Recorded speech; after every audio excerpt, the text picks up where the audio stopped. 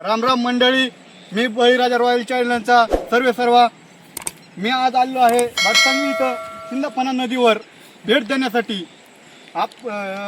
आपल्या भाटसांगी गावातून काही शेतकऱ्याचं भरपूर प्रमाणात नुकसान झालं रात्रीच्या पावसाने. किती नुकसान झालं आपण शेतकऱ्याकडून जाणून घ्यावं. तुमचं काय काय नुकसान झालं, किती नुकसान? सारा कापूस सारा पाण्यात गेलाय, सारा दुवांदा पाण्यात गेलाय. तलाठी साहेब म्हणले होते येऊन पाण्याला.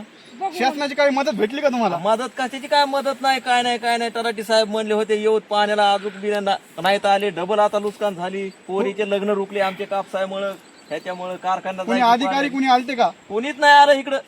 पंचनामे करण्यासाठी शेतकऱ्यापाशी कोणीही सध्याला नाही पोहोचलेलं. सरकारला तात्काळ विनंती, पंचनाम्यासाठी आपलं शिष्टमंडळ तात्काळ पाठवा शेतकऱ्यापर्यंत. तुमचं किती उत्पन्न होण्याची अपेक्षा होती? आमच्या ह्याच्यामध्ये 2-2.5 लाखाचा कापूस आम्हाला निघतो. आता सर त्यांचं भविष्य सारं पाण्यात गेलेलं आहे, तरी त्यांना शासनाकडून थोडीफार मदत मिळण्याची अपेक्षा आहे. तुम्हाला काही मदत मिळाली का? नाही काहीच नाही, मदतच नाही. तुम्ही शासनाला काय आवाहन करता? आम्हाला ह्याची जास्तीत जास्त मदत शासनाने द्यावी. शेतकऱ्याचा आक्रोश बघून शासनाला आता तरी जाग यावं. शासन कधी या शेतकऱ्याला देणार? सारं देऊ. शेतकऱ्याचं भरपूर प्रमाणात नुकसान झालंय. या संकटाच्या वेळी आम्हाला शासनाची तातडीने मदत मिळायला हवी.